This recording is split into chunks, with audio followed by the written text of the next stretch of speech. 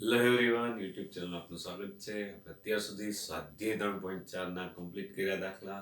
હજી જે વિદ્યાર્થી મિત્રોને 3.4 થિયરી કેમના દાખલા બાકી હોય તો એ ત્રિકોણમિતીય સમીકરણો આગળના વિડીયો લેક્ચર ખાસ જોઈ લેજો. હવે વિદ્યાર્થી મિત્રો આપણે આખા ત્રિકોણમિતિનો એક જ સ્વાધ્યાય બાકી છે 3.5. એમની થિયરી મારી સાથે જ શરૂ કરીએ.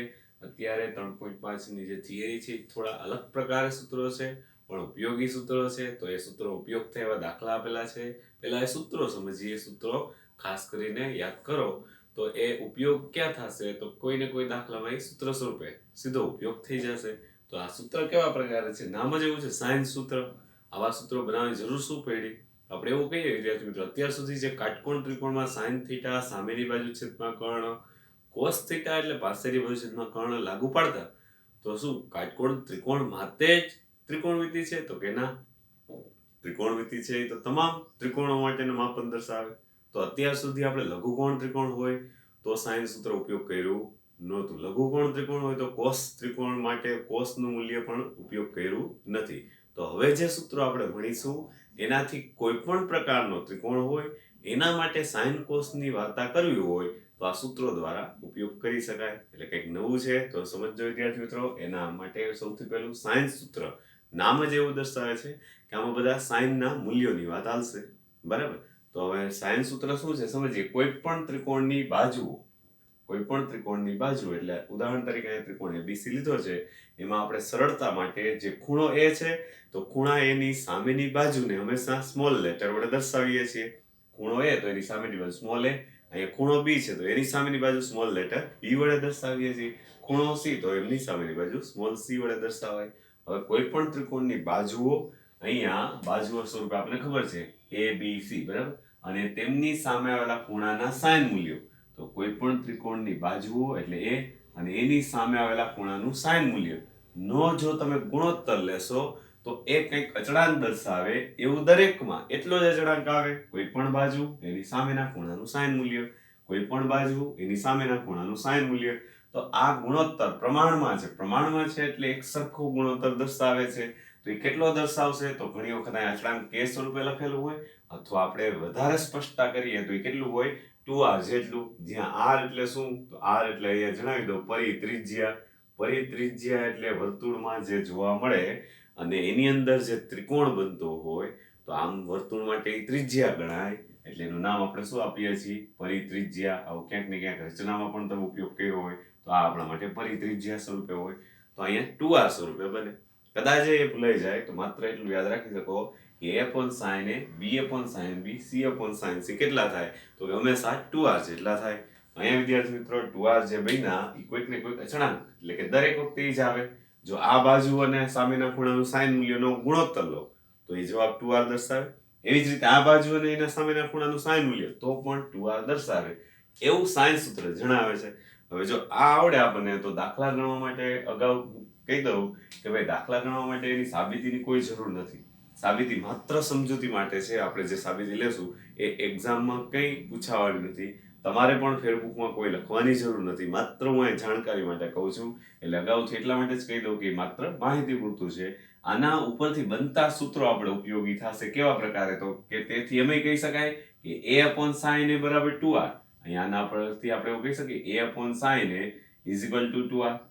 તો A બરાબર કેટલા લખી શકાય? 2r sin A. આ જ રીતે બાકીના સૂત્રો લખવા હોય તો પણ આવડે. તેથી B બરાબર ડાયરેક્ટ લખીએ તો 2r sin B. એવી જ રીતે C બરાબર 2r sin C લખી શકાય. આમ પણ સૂત્રને લખી શકાય. આ બધો ઉપયોગ આવશે દાખલામાં. એને બદલે આ લખવું પડે અથવા તો sin એને બદલે A/2r લખવું પડે. એના ઉપસૂત્રો થઈ ગયા તો એ પણ આપણા માટે ઉપયોગી છે. એટલે આમ જુઓ તો સૂત્ર સ્વરૂપે આ એક અને આ બીજું પરિણામ, આ બંને આપણે યાદ રાખવાના. સાબિતી માત્ર જાણકારી માટે છે. ઓકે, હવે આ વિદ્યાર્થી મિત્રો તમને એવું થાય કે આવું કેમ બન્યું? આ એક તો લઘુકોણ ત્રિકોણ જેવો દેખાય છે, આકૃતિમાં દર્શાવ્યો છે. એમાંય તમે સર ABC બાજુઓના માપ સાઇન લઈ આવ્યા ક્યાંથી? એવો પ્રશ્ન થાય. તો સાઇન આવ્યું ક્યાંથી આપણે સમજવા માટે સાબિતીની સમજૂતી માટે એક વર્તુળ દર્શાવું. વર્તુળ છે જેની ત્રિજ્યા કેપિટલ R છે. ત્રિજ્યા કેપિટલ R હોય એટલે આપણે એ પ્રકારે કહી શકીએ કે ભાઈ વ્યાસ જો અહીંયા મેં આકૃતિમાં દર્શાવેલો છે તો BD થશે અને એ 2r સ્વરૂપે થશે. આકૃતિ છે સ્પષ્ટ સ્વરૂપે જોઈ શકાય એટલે અલગ જે ત્રિકોણ છે બ્લુ પેનથી દર્શાવેલો છે. સામાન્ય રીતે આપણને ત્રિકોણ કયો આપ્યો હતો? ABC. તો પહેલો જે ત્રિકોણ છે બ્લેક પેનથી દર્શાવેલો છે ABC ત્રિકોણ જ્યારે આપેલો હોય, આ ત્રિકોણ ABC માં આપણે સાબિત કરવું છે સાઇન સૂત્ર. તો આ સાઇન સૂત્ર સાબિત કરીએ. બરાબર, આ ત્રિકોણ ABC માં સાઇન સૂત્ર સાબિત કરવા માટે અહીંયા જે માહિતી આપેલી છે એક વખત નજર ફેરવજો. અહીંયા વિદ્યાર્થી મિત્રો નજર ફેરવા એટલે કીધું બેકગ્રાઉન્ડ મ્યુઝિક ઓછો થઈ જાય, ત્યાં સુધી પોઝ કરી દીધું હતું. હવે અહીંયા તમને ત્રિકોણ જે ABC આપેલો છે એ જ દર્શાવેલો હોય. પહેલા તો આકૃતિ રફ ખાલી સમજૂતી આપું કે ભાઈ એક વર્તુળમાં આપણે ત્રિકોણ ABC લીધો, તો આ ત્રિકોણ ABC આપેલો હોય. બરાબર, ત્રિકોણ ABC માં આપણે જરૂર પડી માપખૂણો BAC છે, તો એ જે કાંઈ માપનો થતો હોય, બરાબર, તો BC આધાર લઈ અને હું જ્યારે બીજો ત્રિકોણ દર્શાવું અંદર BDC ત્રિકોણ, તો બનશે શું? તો કે આ એક જ વૃત્તખંડના ખૂણા બને. આધાર જીવા ઉપર BC ઉપર એક જ વૃત્તખંડના ખૂણા હોવાથી હંમેશા કેવા હોય? સમાન. તો આપણે અહીંયા એ જ માહિતી લખેલી છે કે અહીં આકૃતિ પરથી આપણે એવું કહી શકીએ, આકૃતિ પરથી, બરાબર, માપખૂણો BAC અને માપખૂણો BDC બે સમાન થાય, કારણ કે એક જ વૃત્તખંડના ખૂણા તમે વાંચી લીધું હોય. ઓકે, પછી બીજી વાત જે કરતો હતો કે વર્તુળમાં કેન્દ્ર O છે, ત્રિજ્યા R કેપિટલ રાખી તો BO અને OD બંને ત્રિજ્યા થાય, ટોટલ 2R. તો BD બરાબર 2 ટાઈમ્સ OD એટલે કે 2R થશે, કારણ કે વર્તુળનો વ્યાસ છે BD. ઓકે, ત્રિકોણ BDC માં હવે જોજો, ત્રિકોણ BDC માં બ્લુ પેનથી જે દર્શાવેલું છે ત્રિકોણ BDC એ આપણે લીધો, પસંદ કર્યો. કેવી રીતે પસંદ કર્યો?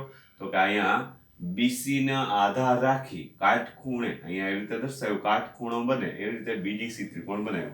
એટલે કાટકોણ ત્રિકોણ BDC માં એમ કહી શકું, કાટકોણ ત્રિકોણ BDC માં આ ખૂણાને સાપેક્ષે સામેની બાજુ, તો અહીંયા આપણે આ ખૂણાને સાપેક્ષે સામેની બાજુ શું દેખાય છે? BC. છેદમાં કર્ણ, તો કર્ણ એટલે BD થઈ ગયું. તો હવે અહીંયા આધાર તો કાટકોણ ત્રિકોણનો જ લીધો છે. બરાબર, તો આ BC આપણા માટે શું કહેવાય? BC એટલે બાજુની લંબાઈ, સ્મોલ a વડે પણ દર્શાવાય, તો અહીંયા દર્શાવું સ્મોલ a. BD એટલે શું લખાય? આ પ્લસ આ, એટલે કે BD આપણે અગાઉ તૈયાર કરેલું છે 2R. તો અહીંયા sin D બરાબર તો આ થઈ ગયું, sin D બરાબર 2R. હવે હું એમ કહી શકું D ખૂણો મૂકો કે A ખૂણો મૂકો, બે સમાન છે, આપણે પહેલેથી જ કહી દીધું છે અહીંયા. તો sin A બરાબર A/2R આમ પણ લખી શકાય. તો આપણું સૂત્ર સાબિત થઈ ગયું, A/sin A બરાબર 2R, એટલે કે હંમેશા આટલો જ ગુણોત્તર દર્શાવશે. આ એક સમજૂતી માટે કેવી સાબિતી લીધી કે એક વર્તુળમાં ત્રિકોણ BAC લીધો એટલે આ એક ખૂણો બને છે. બરાબર, હવે આધાર BC ઉપર બીજો ત્રિકોણ ઈ જ વૃત્તખંડમાં બનાવ્યો તો એક ખૂણો A ને ખૂણો D સરખા, અને માહિતી કાટકોણ ત્રિકોણનો ઉપયોગ કર્યો, જે BDC ત્રિકોણ એવી રીતે બનાવ્યો, આધાર ને કાટખૂણે, બરાબર, BC આધાર ને કાટખૂણે આપણે D બિંદુ મળે એવી રીતે ત્રિકોણ BDC બનાવ્યો. કાટકોણ ત્રિકોણ BDC બને છે, એમાં લાગુ પાડી શકાય. એના આધારે D ને બદલે મૂકી દેવાનું. તો આ એક વિકલ્પમાં મેં સાબિતી આપી. વિકલ્પ એક લઘુકોણ ત્રિકોણ માટે સાબિત થયું. આવી જ રીતે કાટકોણ ત્રિકોણ, આવી જ રીતે ગુરુકોણ ત્રિકોણ, બધા માટે આ ગુણોત્તર સાબિત કરી શકાય, પણ આપણે એટલી બધી જરૂર નથી. એટલે સાબિતીનું સ્વરૂપ ઘણું લાંબુ થઈ જાય, થિયરી થઈ જાય, આખું પ્રમેય બની જાય. પણ આપણે માત્ર જરૂર કેટલી હતી કે ખરેખર આવું થતું હશે તો આ એક વિકલ્પમાં સમજી લીધું. આ પણ તમારે ફેરબુકમાં લખવાની જરૂર નથી. તમારે લખવા માટે અહીંયા સુધી જ છે. આકૃતિ દોરો, સાઇન સૂત્ર લખો અને આ બંને પ્રકારના સૂત્ર લખવા. સાબિતી માત્ર ને માત્ર સમજવા માટે આપેલી છે એક વિકલ્પમાં.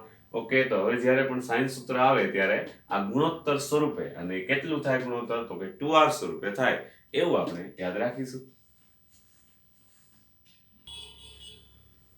હવે આવી જ રીતે વિદ્યાર્થી મિત્રો સાઇન સૂત્ર જેવું જ બીજું કોસાઇન સૂત્ર છે. કોસાઇન સૂત્ર નામ પરથી કોસ થીટા ના મૂલ્યો મેળવવા માટે ત્રિકોણમિતિમાં કોઈ પણ પ્રકારનો ત્રિકોણ હોય તો આ સૂત્ર લાગુ પડે છે. જો A, B અને C ત્રિકોણના ખૂણા હોય તો અગાઉની જેમ ત્રિકોણ ABC લીધો હોય ને ખૂણાઓના નામને જ આપણે ABC કહી દઈએ છીએ, અને સ્મોલ ABC છે એમની સામેની અનુક્રમે બાજુ હોય, તો આ પ્રકારે કોસ A નું સૂત્ર, કોસ A એટલે વિદ્યાર્થી મિત્રો અહીંયા ખૂણો A બનતો હોય તો આપણે એવું વિચારવાનું, ખૂણો A બનવા માટે સંલગ્ન બાજુઓ કઈ કઈ ઉપયોગ થાય? તો કે B અને C. બરાબર, અહીંયા જે ઉપયોગ કરેલી છે B અને C, આ B અને C ને ઉપયોગ કરવાનો એના વર્ગોનો સરવાળો. સામેની બાજુ જે છે એ સ્મોલ a હોય તો એનો વર્ગ બાદ કરવાનો, એટલે cos એ કેમ બને હંમેશા b² + c² - a² upon 2bc. Meaning કે જે ખૂણો a છે એને સંલગ્ન, અહીંયા એ ખૂણો બને છે એને સંલગ્ન બાજુઓના વર્ગોનો સરવાળો, સામેની બાજુનો વર્ગ બાદ કરવાનો અપોન 2bc.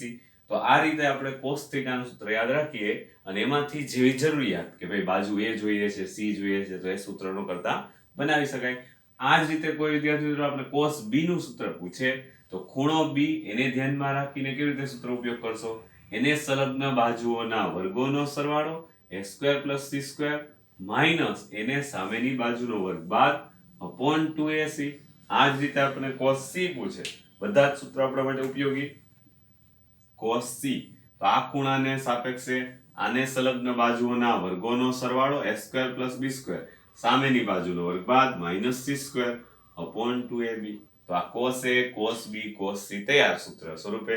આમાંથી ઉપસૂત્રો કેવી રીતે બને? ઉદાહરણ તરીકે એકમાં આપણે કહીએ 2bc આ લઈ લે એટલે ગુણાકાર સ્વરૂપે 2bc cos a એના બરાબર b² + c² - a² થયા. એમાંથી આપણે તો a² જોઈએ છે તો સૂત્ર કરતા a² બનાવીએ તો b² + c² - 2bc cos a. તો આવી રીતે જરૂરિયાત મુજબ સૂત્રો કરતા બનાવી શકાય. આ અલગથી યાદ રાખવાની જરૂર નથી.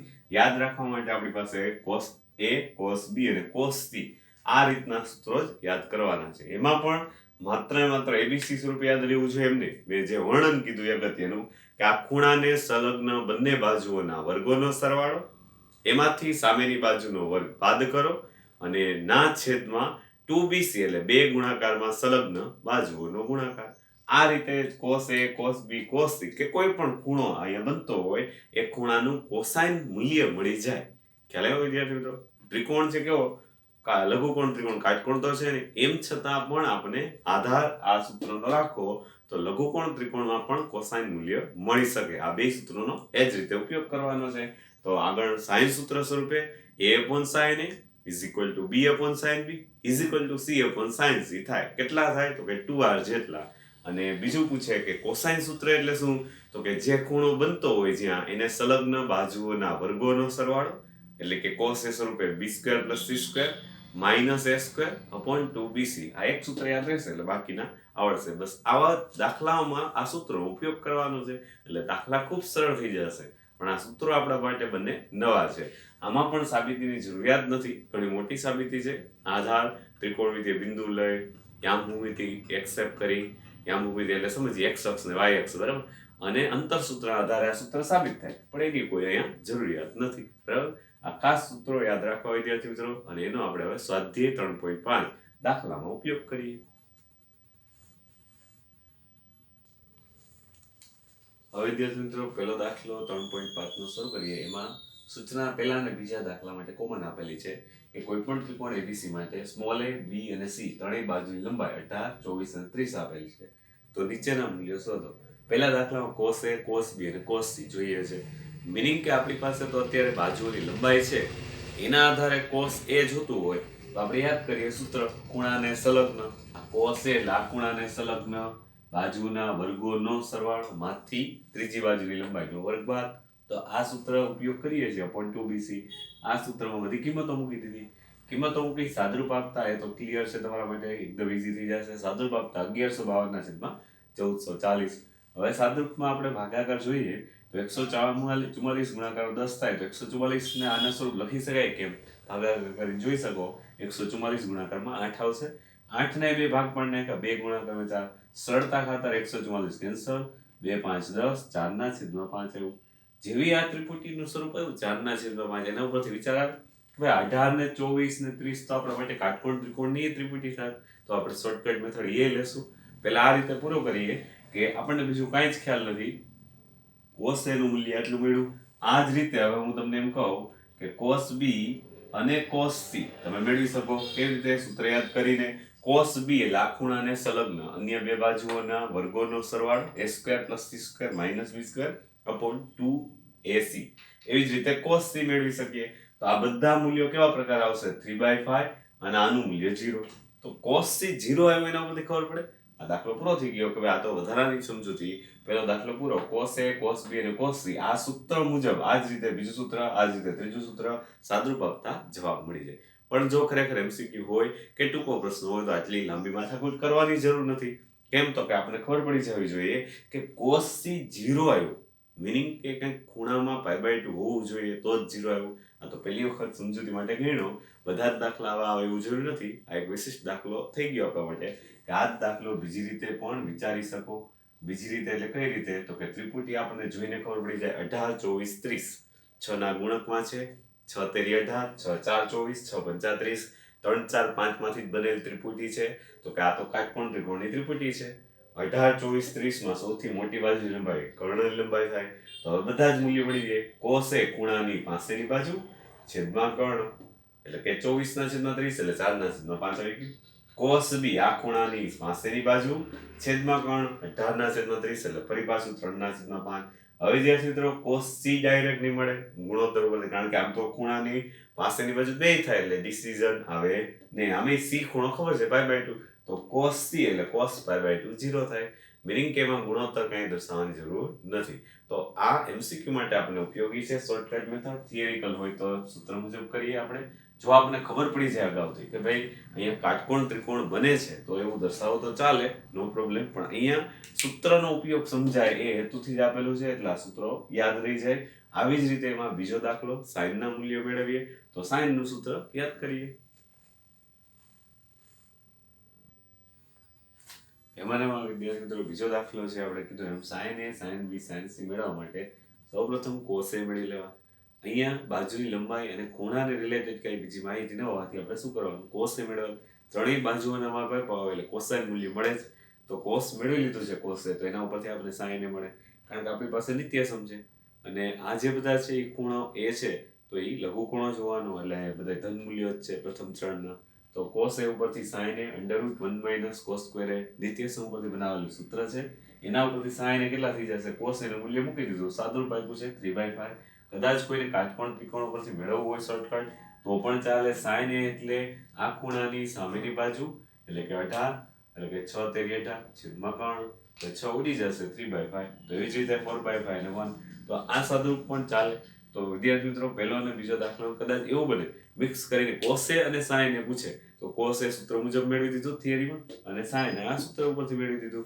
અથવા શોર્ટકટમાં MCQ સ્વરૂપે કાટકોણ ત્રિકોણનો ઉપયોગ કરો. આ પહેલા અને બીજા દાખલામાં જ કાટકોણ ત્રિકોણનો ઉપયોગ થાય છે કારણ કે અહીંયા ત્રિપુટી આપેલી છે. જો લઘુકોણ ત્રિકોણ જ આપેલો હોત તો કમ્પલસરી આ જ રીતે પહેલું જે સૂત્ર ઉપયોગ કર્યું cos a નું આખો ઉપયોગ કરવાનું, b² + c² - a² / 2bc. cos a મળી જાય પછી sin a મળે. તો આ રીતે આપણે સૂત્રોનો ઉપયોગ કરશું વિદ્યાર્થી મિત્રો. ખૂબ સરળ દાખલા છે, માત્ર ને માત્ર સૂત્રોનો ઉપયોગ સમજાય એ હેતુથી પહેલો અને બીજો દાખલો આપેલો છે. તો આવી રીતે આગળ જતા આપણે સૂત્રો વધારે ઉપયોગ કરશું. ઓકે વિદ્યાર્થી મિત્રો, નેક્સ્ટ લેક્ચરમાં ફરી પાછા મળીશું.